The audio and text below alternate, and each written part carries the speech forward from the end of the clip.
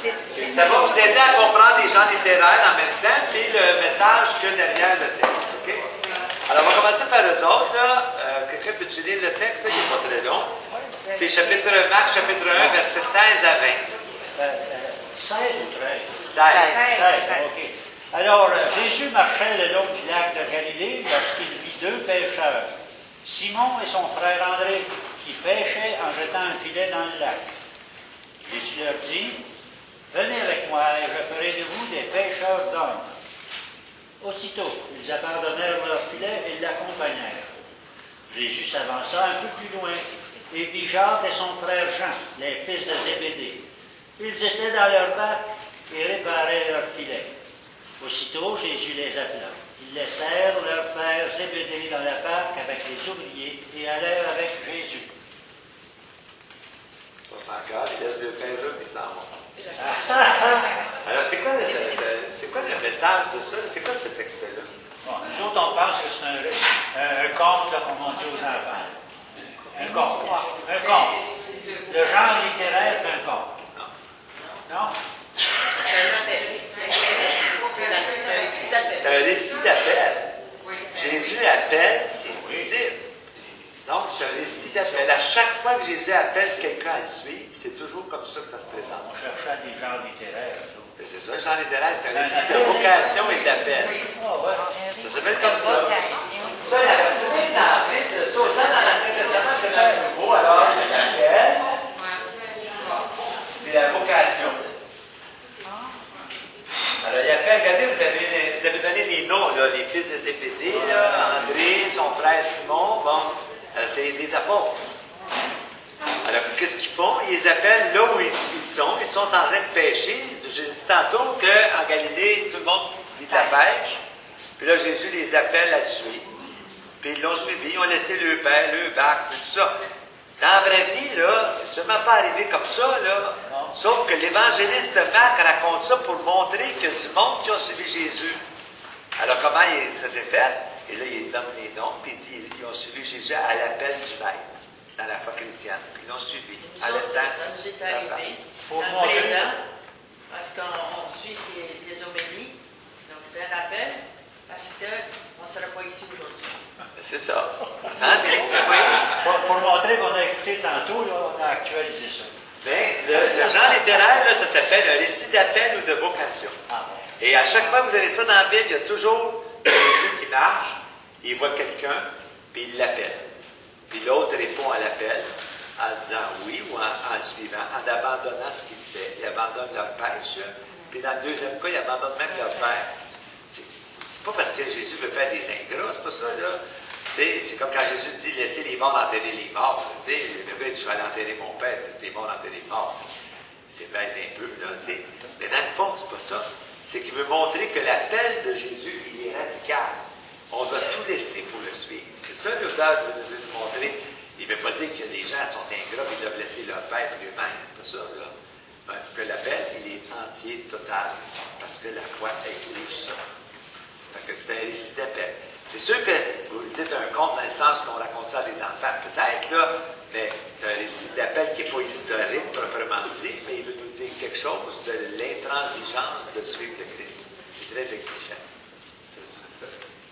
Pour être capable de bien différencier, est-ce que tu pourras avoir la référence biblique avant la lecture? Oui, c'est 16, 1, 20. Non, c'est 1, 16, 26. Marc 1, 16, 20. Merci.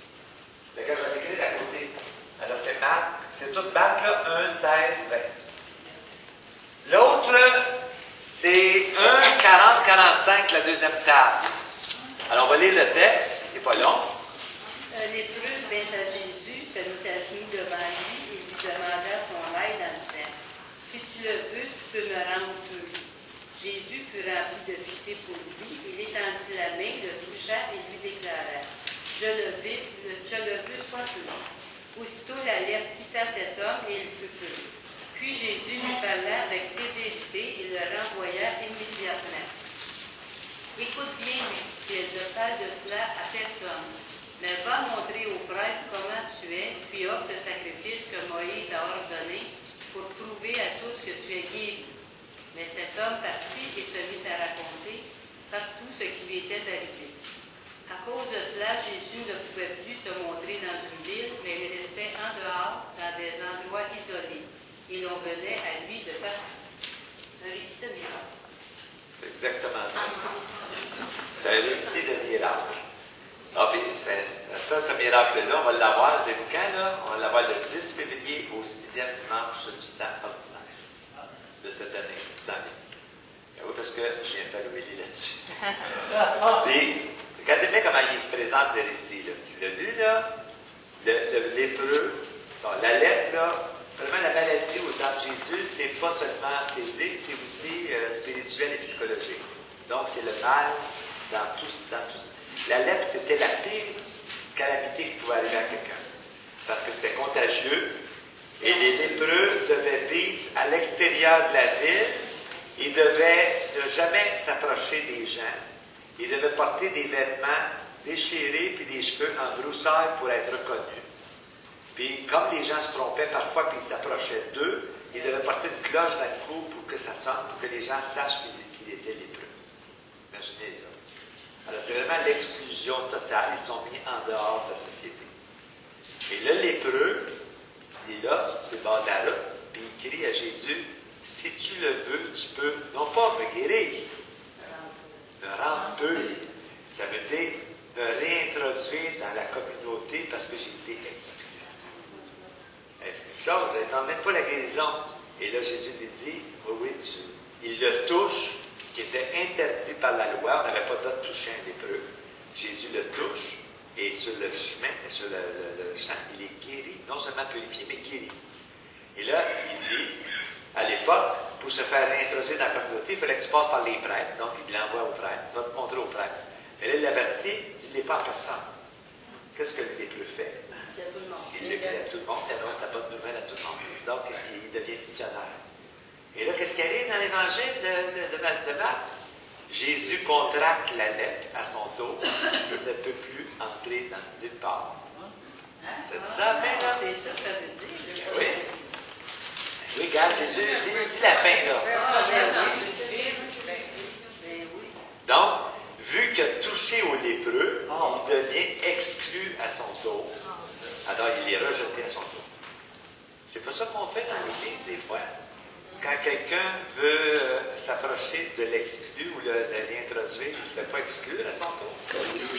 Faites tout le temps imaginez tout le temps ça, là, parce que ces textes-là ont été écrits dans la foi des gens.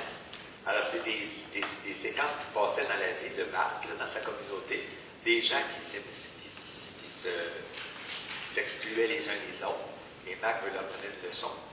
C'est Jésus, en réintroduisant le lépreux, lui-même devient un exclu. Donc, restez pas surpris si on vous exclut.